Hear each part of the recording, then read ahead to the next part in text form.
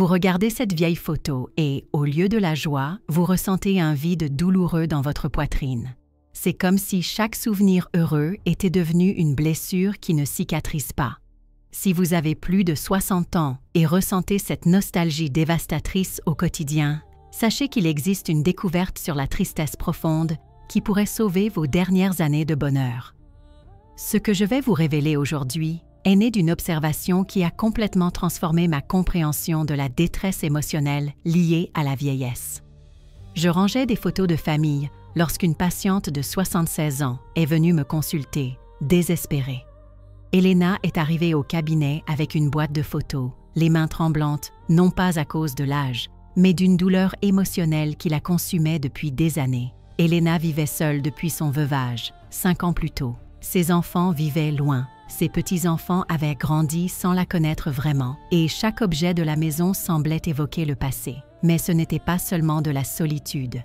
C'était quelque chose de bien plus profond et de plus dévastateur que j'ai découvert en observant comment elle tenait ses photos. Les neurosciences de la tristesse révèlent que notre cerveau traite les souvenirs différemment après 60 ans. Lorsque nous perdons des êtres chers ou que nous nous sentons abandonnés par la vie, le cortex préfrontal commence à déformer nos souvenirs. Ce qui devrait être une source de joie devient source de souffrance. C'est comme si notre propre esprit nous trahissait. Elena m'a confié quelque chose qui résonne encore dans ma mémoire. Elle brandissait une photo de son dernier Noël en famille et murmurait qu'elle aurait préféré ne jamais avoir vécu ces moments heureux, car ils ne faisaient désormais que lui montrer ce qu'elle avait perdu à jamais. Imaginez la douleur de vouloir effacer les meilleurs souvenirs de sa vie, devenue insupportable. Mais en observant Elena et des centaines d'autres personnes âgées avec cette même tristesse nostalgique, j'ai découvert quelque chose d'extraordinaire. Il existe 3 habitudes spécifiques qui peuvent transformer radicalement notre rapport aux souvenirs et apaiser cette profonde tristesse qui nous ronge. Il ne s'agit pas de techniques compliquées, ni de thérapies coûteuses. Ce sont des découvertes simples mais puissantes qui émergent du véritable fonctionnement de notre cerveau à l'âge adulte. Chaque jour passé à ressentir ce vide douloureux en regardant de vieilles photos permet à la tristesse de s'enraciner encore plus profondément dans votre esprit. La bonne nouvelle, c'est qu'il existe un moyen d'inverser ce processus, de transformer ces souvenirs en source de joie authentique et non de souffrance. Appuyez sur « Oui maintenant » si vous reconnaissez cette douleur dans votre vie, si vous sentez aussi que vos plus beaux souvenirs sont devenus vos plus grandes sources de tristesse. Car ce que je vais partager maintenant pourrait être le premier pas vers la reconquête de la joie que la nostalgie vous a volée. Elena était une femme de 76 ans qui avait perdu non seulement son mari, mais aussi la joie. Lorsqu'elle est arrivée à mon bureau cet après-midi pluvieux de mars, elle portait bien plus qu'une boîte de photos. Elle portait le poids de 5 années de tristesse accumulée, de nuits blanches passées à contempler des portraits qui semblaient se moquer de sa solitude actuelle. La transformation d'Elena a commencé brutalement. Elle m'a confié que la tristesse s'était installée au moment précis, 3 mois après les funérailles de son mari, où elle avait décidé de ranger les albums de famille. Ce qui devait être un moment d'hommage s'est transformé en une véritable torture émotionnelle. Chaque photo de mariage, chaque image de ses jeunes enfants, chaque souvenir des Noëls passés est devenu un coup de poignard dans la poitrine. Le moment le plus bouleversant fut lorsqu'elle trouva une photo d'eux en train de danser pour leur 50e anniversaire de mariage. Elena me raconta comment elle fixa cette image pendant des heures, comme submergée par une tristesse si intense qu'elle envisagea de brûler toutes les photos. C'était comme si chaque souvenir heureux était devenu la preuve douloureuse de tout ce qu'elle avait perdu à jamais. Pendant des semaines, Elena évita la bibliothèque où elle rangeait ses albums. Mais il était impossible de s'en échapper complètement. Une chanson à la radio, l'odeur d'un repas qu'elle lui préparait, même le bruit de la pluie sur la fenêtre, tout cela était lié à des souvenirs qui n'apportaient plus que souffrance. Elle me confia qu'elle avait commencé à détester sa propre histoire, à souhaiter une vie sans souvenirs. Ce qui m'a le plus frappé dans le cas d'Elena, c'est de découvrir comment la tristesse nostalgique fonctionne différemment chez les personnes âgées. Il ne s'agit pas seulement de nostalgie, Il s'agit d'un processus neurologique spécifique où le cerveau, cherchant à se protéger de la douleur du présent, finit par déformer le passé. Les souvenirs heureux deviennent des comparaisons cruelles avec la réalité actuelle, créant un cercle vicieux de souffrance émotionnelle. Mais Elena m'a aussi appris quelque chose de fondamental sur la nature de la guérison émotionnelle à l'âge adulte. Lors de notre 3e conversation, lorsqu'elle a enfin pu parler de son mari sans pleurer, j'ai réalisé qu'il y avait quelque chose de différent dans son approche. Elle avait découvert, presque par hasard, la première des 3 habitudes qui allaient complètement transformer son rapport aux souvenirs. C'est à ce moment-là que j'ai compris qu'une profonde tristesse chez les personnes âgées n'est pas une condamnation à perpétuité. Il existe un moyen spécifique de renouer avec les souvenirs sans qu'ils ne deviennent source de souffrance. Elena allait me montrer la voie vers l'une des découvertes les plus importantes sur la guérison émotionnelle que j'ai observée au cours de mes décennies d'observation du comportement humain dans la vieillesse. La première habitude miraculeuse qu'Elena a découverte s'est produite par hasard, mais elle a tout changé. C'était un dimanche matin. Elle s'est réveillée plus tôt que d'habitude et, sans trop réfléchir, a pris l'une des photos qui l'avait le plus blessée. C'était une photo d'eux deux dans le jardin, lui arrosant les rosiers pendant qu'elle préparait le déjeuner dans la cuisine. Au lieu de se contenter de fixer la photo et de céder à la tristesse, Elena a fait quelque chose de différent. Elle s'est mise à parler à la photo. Mais ce n'était pas un monologue de lamentation comme on pourrait l'imaginer. Elena commença à raconter la photo de la veille. Elle parla du voisin qui l'avait accueilli, du chat apparu dans le jardin, du feuilleton qu'elle avait regardé ce soir-là. C'était comme si elle incluait son mari dans sa vie présente, non pas en essayant de retourner au passé, mais en apportant sa présence au présent. Cette première habitude s'appelle le dialogue présent. Les neurosciences montrent que lorsque nous parlons à voix haute à nos souvenirs, nous créons de nouvelles connexions neuronales. Le cerveau cesse de considérer le souvenir comme une simple perte et commence à le traiter comme une continuité. C'est comme si l'être aimé continuait de participer à notre vie, mais différemment. Elena a découvert qu'elle pouvait le faire au-delà des photos. Elle a commencé à inviter son mari à l'accompagner dans ses activités quotidiennes. Au supermarché, elle discutait des prix avec lui. En regardant les informations, elle partageait ses opinions. Pour cuisiner, elle demandait conseil, comme toujours. La différence, c'est qu'elle n'attendait plus de réponse verbale, mais ressentait sa présence.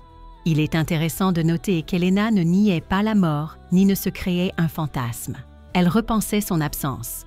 Au lieu de se concentrer sur ce qu'elle n'avait plus, elle se concentrait sur ce qu'elle portait encore en elle. Toutes les conversations qu'ils avaient eues durant leurs 52 ans de mariage avaient fait naître une voix intérieure à laquelle elle pouvait accéder à chaque fois qu'elle en avait besoin. Après 2 semaines de pratique du dialogue présent, Elena remarqua un changement surprenant. Les photos ne lui causaient plus cette vive douleur à la poitrine. Non pas que le désir ait complètement disparu, mais il s'accompagnait désormais d'un sentiment de proximité et non de séparation. C'était comme si l'amour avait trouvé une nouvelle forme d'existence. Ce qui me frappe le plus dans cette habitude, c'est sa simplicité. On n'a besoin de personne, pas besoin de sortir de chez soi, pas besoin d'équipement particulier. Il suffit d'avoir le courage de transformer un silence douloureux en une conversation pleine d'amour. Elena m'a raconté que, pour la première fois en 5 ans, elle s'est réveillée un matin avec le sentiment de ne pas être complètement seule. La deuxième habitude miraculeuse est apparue lorsqu'Elena a décidé de faire quelque chose qu'elle croyait impossible. Un jeudi après-midi, elle a pris cette photo de son dernier Noël en famille et, au lieu de la sauvegarder rapidement comme elle le faisait habituellement, elle a décidé de recréer un fragment de ce souvenir. Pas littéralement, mais émotionnellement. Elle a préparé le même dessert qu'à l'époque et a mis la même musique de Noël en fond sonore. Cette découverte s'appelle la recréation sensorielle. Elena a réalisé que ses souvenirs n'étaient pas seulement visuels. Ils contenaient des odeurs, des goûts, des textures et des sons. En recréant un seul élément sensoriel de ses souvenirs heureux, tout le contexte émotionnel positif lui revenait, mais sans la douleur de l'absence. C'était comme si elle honorait le souvenir par ses sens et non par le désir. Curieusement, Elena n'essaya pas de reproduire la situation dans son intégralité. Cela aurait été douloureux et impossible. Elle choisit un élément précis qu'elle pouvait contrôler elle-même. Parfois, c'était préparer le petit déjeuner comme ils le faisaient le dimanche. D'autres fois, c'était mettre la musique qui jouait quand ils dansaient dans le salon, ou même utiliser le parfum qu'elle portait à leurs anniversaires de mariage. Des études sur la mémoire émotionnelle montrent que notre cerveau stocke les souvenirs de manière multisensorielle. Lorsque nous recréons consciemment les éléments sensoriels des souvenirs heureux, nous activons les mêmes zones cérébrales stimulées lors de l'expérience initiale. Mais désormais, sans la composante de perte, seulement celle d'amour et de connexion. Elena m'a raconté le jour où elle avait décidé de préparer le gâteau au chocolat qu'elle préparait toujours pour l'anniversaire de son mari. En pétrissant la pâte, elle le sentait presque dans la cuisine, non pas comme une présence fantomatique, mais comme un sentiment de plénitude. L'odeur du gâteau qui cuisait lui rappelait non pas la tristesse de ne pas être là pour manger, mais la joie de toutes ces années où elle avait eu le privilège de préparer ce gâteau pour quelqu'un qu'elle aimait tant. La troisième habitude miraculeuse est née naturellement des deux premières. Elena a découvert le pouvoir de la gratitude spécifique pour les souvenirs. Au lieu de déplorer la disparition de ces moments, elle a commencé à être reconnaissante de leur existence. Mais ce n'était pas une gratitude générique, c'était profondément précis et détaillé. Chaque soir avant de se coucher, Elena choisissait un souvenir et remerciait pour un aspect très particulier de cette expérience. Elle n'était pas reconnaissante pour son mariage en général, mais pour ce matin précis où il lui avait apporté du café au lit après avoir été malade. Elle n'était pas reconnaissante pour ses enfants, mais pour cet après-midi précis où son mari avait appris à leur plus jeune fils à faire du vélo pendant qu'elle les regardait par la fenêtre. Cette spécificité a transformé la nostalgie. Elena a cessé de se sentir comme si elle avait tout perdu et a commencé à reconnaître qu'elle avait gagné des milliers de moments uniques et uniques. Chaque souvenir est devenu un trésor individuel et non un élément d'une collection perdue à jamais. La transformation complète d'Elena s'est produite lorsqu'elle a intégré ces 3 habitudes miraculeuses à une routine qu'elle a appelée le rituel des souvenirs vivants.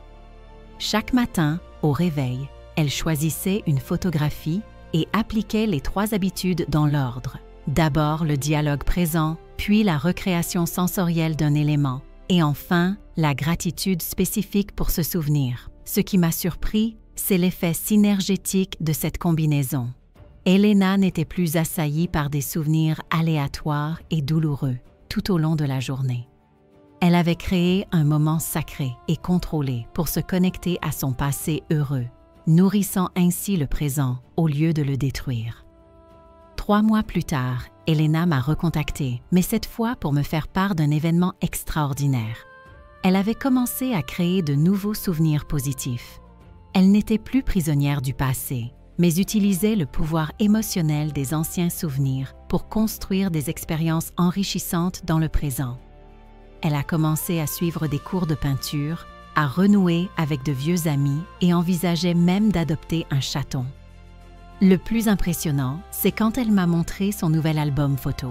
Elena avait commencé à photographier des moments simples de son quotidien, mais elle y voyait désormais de la beauté et du sens. Une tasse de café matinal, le coucher de soleil depuis la fenêtre de la cuisine, ses mains en train de broder, la visite du chat du voisin. Elle créait consciemment des souvenirs heureux pour l'avenir. La neuroplasticité du cerveau adulte est bien plus active qu'on ne l'imaginait.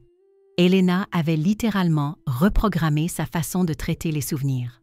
Ce qui lui causait auparavant une profonde tristesse générait désormais un sentiment de connexion affectueuse avec sa propre histoire. Elle n'avait pas oublié la douleur de la perte, mais elle avait appris à porter l'amour d'une manière qui la renforçait plutôt que de la détruire. Elena m'a dit quelque chose que je n'oublierai jamais. Elle m'a tenu la main et m'a dit que pour la première fois depuis 5 ans, en regardant vers l'avenir, elle ne voyait pas seulement davantage de jours de solitude et de tristesse, mais des possibilités. Elle voyait la chance de continuer à honorer son amour par une vie épanouie et non par une souffrance perpétuelle. Les patients qui ont surmonté une profonde tristesse nostalgique rapportent que les 3 habitudes miraculeuses ne suppriment pas le désir, mais le transforment plutôt. Le désir cesse d'être une force destructrice et devient un pont émotionnel entre le précieux passé et le présent possible. C'est comme si l'amour trouvait une nouvelle façon d'exister et de s'épanouir. Si vous êtes arrivé jusqu'ici et que vous reconnaissez votre propre douleur dans l'histoire d'Elena, sachez que ces 3 habitudes peuvent aussi vous être utiles. Votre profonde tristesse n'est pas une condamnation à perpétuité. Il existe un chemin vers la joie, même après les plus grandes pertes. Inscrivez-vous maintenant et activez la cloche, car ce qui vient ensuite pourrait sauver votre vie émotionnelle et vous montrer comment appliquer ces habitudes, même lorsque la tristesse semble impossible à surmonter. Les neurosciences du deuil révèlent des choses fascinantes sur la façon dont notre cerveau traite les souvenirs chez les personnes âgées. Après des décennies d'observation des personnes âgées confrontées à la perte, j'ai découvert un schéma spécifique d'activité cérébrale lorsque nous appliquons les 3 habitudes miraculeuses découvertes par Elena. Lorsque nous pratiquons le dialogue présent, le cortex préfrontal cesse de traiter le souvenir comme une simple absence et commence à le traiter comme une présence continue. C'est comme si nous créions de nouvelles synapses reliant le passé au présent de manière constructive. Le cerveau recâble littéralement les circuits du désir.